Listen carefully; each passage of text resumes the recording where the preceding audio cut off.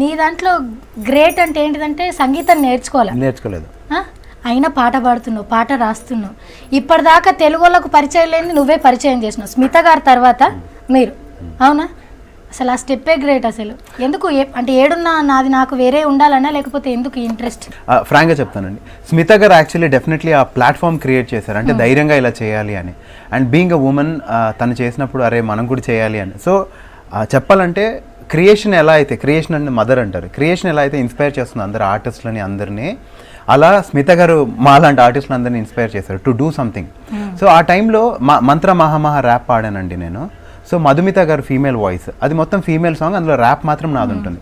నేను ఎక్కడ షోస్కి వెళ్తూ ఉన్నా మధుమిత గారిని కూడా తీసుకుని వస్తారన్న, నేను ఎలా ఆబ్లిగేట్ చేస్తాను, నాకు ఇంత బడ్జెట్ ఇచ్చినప్పుడు తను ఎలా రమ్మని అడుగుతాను. సో నాకంటూ ప్రత్యేకంగా ఒక ఐడెంటిటీ క్రియేట్ చేసుకోవాలి. సినిమాల్లో ఏంటంటే ర్యాప్ చిన్న చిన్న ఫిల్లర్స్లా ఉంటాయి, పప్పులో చిన్న ఒక మిరపకాయలాగా చిన్న. సో అది అరే ఇలా అయితే మనం వెళ్ళలేము, ఎప్పుడు వాళ్ళ మీద ఆబ్లిగేట్ చేయాలి, ఎందుకు నా వల్ల వాళ్ళు ఇబ్బంది పడ్డామని నా ఓన్ ట్రాక్స్ చేయడం మొదలుపెట్టాను. అండ్ డెఫినెట్లీ నాకు ఇన్స్పిరేషన్ అంటే ఏఆర్ రెహమాన్ గారు అండి. ఆయనది లవ్ బర్డ్స్ అనే సినిమా వచ్చింది, అందులో అపాచీ ఇండియన్ గారి సాంగ్ ఉంటుంది నో ప్రాబ్లం అని.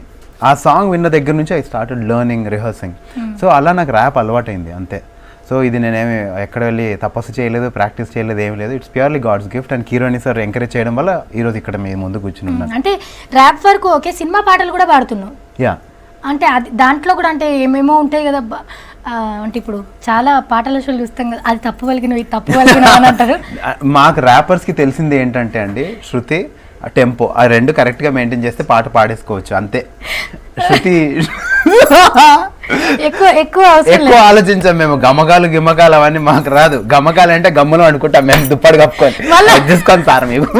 మళ్ళీ మీకున్న అడ్వాంటేజ్ ఏంటంటే మీరు ఏది అన్నా ఓ అది అంతేనేమో మేము అనుకోవాలి తప్పితే అంతే. ఎగ్జాక్ట్లీ. సో బాగానే ఏదో వాడినాడు రా, బాగానే అనిపించింది అని ఉంటుంది. లిరిక్స్ గురించి కూడా ఇప్పుడు అందరు జడ్జ్ చేస్తూ నువ్వు తప్పు వలికినావు అనడానికి కూడా లేదు, నువ్వు వలికిందే రైట్. ఫాస్ట్ వెళ్ళిపోతుంటుంది కానీ కొంచెం కష్టమే అండి. అంటే కొంచెం మినిమం ప్రాక్టీస్ చేసి వచ్చేస్తుంది. ఇప్పుడు మీరు యాంకరింగ్ ఫస్ట్ డేకి ఈ రోజుకి చాలా డిఫరెన్స్ ఉంటుంది కదా, ఇది అంతే. రోజు చేస్తూ ఉంటే వచ్చే